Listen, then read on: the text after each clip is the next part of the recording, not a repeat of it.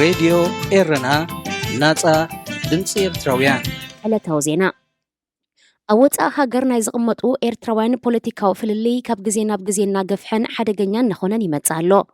ኣብ ዝሓለፈ 2 ዓመት ፌስቲቫላት ህግደፍ ንምዕናው ኢሉ ዝተበገሰ ብርጌድ ንሓመዱ ዝተባህለ ምንቅስቓስ ከም ዝተላዕለ ዝፍለጥ ኮይኑ ኣንጻሩ ከም ራብዓይ ግንባር ዋልታ ሓደ ልቢ ብድሆን ካልእን ዝብል ዝተፈላለየ ሽም ንርእሶም ዘጠመቑ ደገፍቲ ህግደፍ ኣንጻሮም ክለዓሉ ይረኣዩ ኣለዉ። እዞም ዝተፈላለየ ስማት ሒዞም ኣንጻር ብርጌድ ንሓመዱ ጓይላታት ኣብ ምክያድ ዝነጥፉ ዘለዉ ጉጅለታት ብሰንኪ ስርዓት ህግደፍ ኣብ ኤርትራ ምንባር ሲኢና ብምባል ኣብ ሃገራት ምዕራብ ፖለቲካዊ ዕቑባ ዝሓተቱ ስደተኛታት እዮም። እዞም ጉጅለታት ኣቐዲሞም ኣብ እስራኤል ጓይላ ድሕሪ ምግባር ምስ ብርጌድ ንሓመዱ ከም ዝተጋጨው ዝዝከር ኮይኑ ኣብ ዝሓለፈ ቀንያት እውን ኣብ ስዊድንን ስዊዘርላንድን ኣብ ትሕቲ ጽኑዕ ሓለዋ ፖሊስ ጓይላታት ኣካይዶም። ኣብቲ ኣብ ስዊዘርላንድ ዕለትን ቦታን ብምስጢር ተታሒዙ ዝተኻየደ ጓይላ ሓተት ዕቑባ ክንሶም ንጨቂኑ ኣሳዲዱና ዝብልዎ ህግደፍ ዝድግፉ ጽሑፋት ክዘርግሑን ብደርፍታት ክስዕስዑን እንከለዉ ጸጥታ ሰግአ ፖሊስ ሓበሬታ መንነቶም ኣኪቡሎ። ኣብ ሞንጎ ብርጌድ ንሓመዱን እዞም ኣንጻሩ ዝተኣኻኸቡ ጉጅለታትን ኣብ ማሕበራዊ መራኸቢታት ሓያል ምፍኽኻር ከም ዘሎ መክቲ እንተዘይተገይሩሉ ኣብ ደም ምፍሳስን ምቅታልን ከየምርሕ ስጋት ኣሎ። ተቃውምቲ ከም ዘይብሉ ዝገልጽ ስርዓት ህግደፍ ብዛዕባ እዚ ኣብ ሞንጎ ኤርትራውያን ዝካየድ ዘሎ ምትፍናን ከጽብብ ዝፍትን ነቶም ዝተቃወምዎ ብወያነ ዝተላእኩ ብሞሳድ ዝተመርሕዮም ዝብል መልእኽትታት ዘመሓላልፍ ምዃኑ ዝያዳ የካድዶ ኣሎ።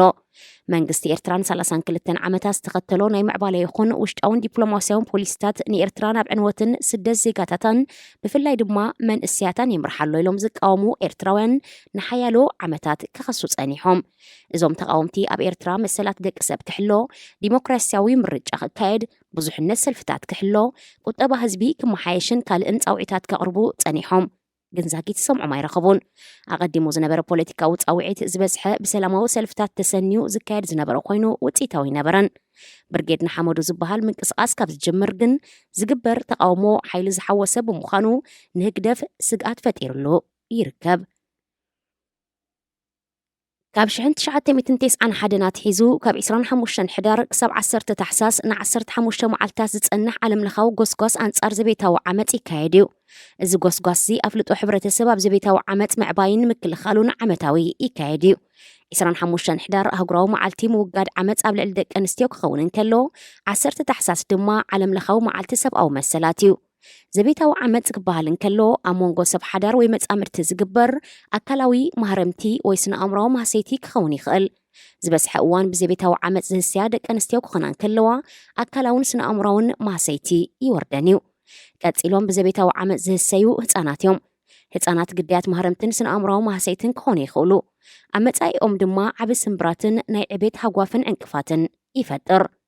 ቁጠባዊ ስእነትን ቅልውላው ስድራ ቤትን ትሑት ደረጃ ትምህርትን ንቕሓትን ቀንዲ ካብ ጠንቅታት ዘቤታዊ ዓመፅ እዮም። ኣብቲ ጉዳይ ብዝተኻየደ መጽናዕቲ ኣብ ዓለም ብዘቤታዊ ዓመፅ ኣህጉር ኣፍሪቃ ኣብ ቀዳማይ ደረጃ ክትከውን እንከላ ኤስያ ድማ ኣብ ካልኣይ ደረጃ ትስራዕ። ኣብ ኣፍሪቃ ትሕተ ሰሃራ ሃገራት 40% ምዕራብ ኣፍሪቃ፣ 65% ማእከላይ ኣፍሪቃ፣ 42% ድማ ምብራቕን ደቡብን ኣፍሪቃ ደቂ ኣንስትዮ ብመጻምድተን ተሃሪመን ኣካላውን ስነ ኣእምሮውን መጉዳእቲ ከም ዝወርደን ይግለጽ።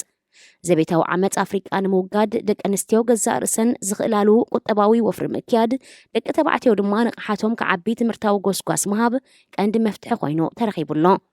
ኣብ ምዕራብ ዓለም ዘቤታዊ ዓመፅ ዝርአ ኮይኑ ዝያዳ ኣብ ስደተኛታት ከም ዝርአ፣ ኤርትራውያን ድማ ኣብዚ ጉዳይ እዚ ብዝለዓለ ከም ዝጥቀሱ ይግለጽ። መራሕቲ ሃገራት ምትእኻብ ልምዓት ምብራቕ ኣፍሪቃ ኢጋድ ዝሓለፈ ቀዳም 9 ታሕሳስ ንኩናት ሱዳን ኣመልኪቶም ኣብ ጅቡቲ ተረኺቦም ድሕሪ ዝገበርዎ ምይይጥ ኣብ ሱዳን ቅጽበታዊ ተኽሲ ደው ናይ ምባል ስጉምቲ ክውሰድ ጸዊዖም። ፕሬዚደንት ጅቡቲ እስማኤል ዑመር ገለ ኣብ ዝሃቦ ቃል ኩናት ሱዳን ንህልውና እቲ ሃገር ኣብ ሓደጋ የእትዩ ንሃገራት ምብራቕ ኣፍሪቃ እውን ናይ ጸጥታ ስግኣት ፈጢሩሎ ድሕሪ ምባል ንሱዳን ሰላም ንምብራቕ ኣፍሪቃ ድማ ጸጥታ ጉቡእ ኢሉ። ኣብ ወንበር ኢጋድ ኮይኑ ዝመርሕ ዘሎ ፕሬዚደንት እስማኤል መራሕቲ ኢጋድ ኣብ ሱዳን ተጻብኦ ደው ኢሉ ተኽሲ ተቋሪጹ ናይ ሰላም ስምምዕ እንተዘይተኻይዱ ህላወ ሱዳን ከም እንፈልጦ ነበረያ ነበረ ክኸውን ምዃኑ ኣጠንቂቑ። እዚ ድማ ንሱዳን ጥራይ ዘይኮነ ንሙሉእ ዞባ ሓደገኛ ብምዃኑ ህፁፅ ተኽሲ ደው ምባል ብዝኾነ ዋጋ ተግባራዊ ክኸውን ጸዊዑ። ኣብ ኣኼባ ኢጋድ መራሕቲ ኬንያ፣ ኢትዮጵያ፣ ሶማልያ፣ ሕብረት ኣፍሪቃ፣ ፕሬዚደንት ሱዳን ዓብደልፈታሕ አልቡርሃን፣ ወከልቲ ሕቡራት ሃገራት ኤውሮጳዊ ሕብረትን ሕቡራት መንግስታት ኣሜሪካን ተረኺቦም ነይሮም።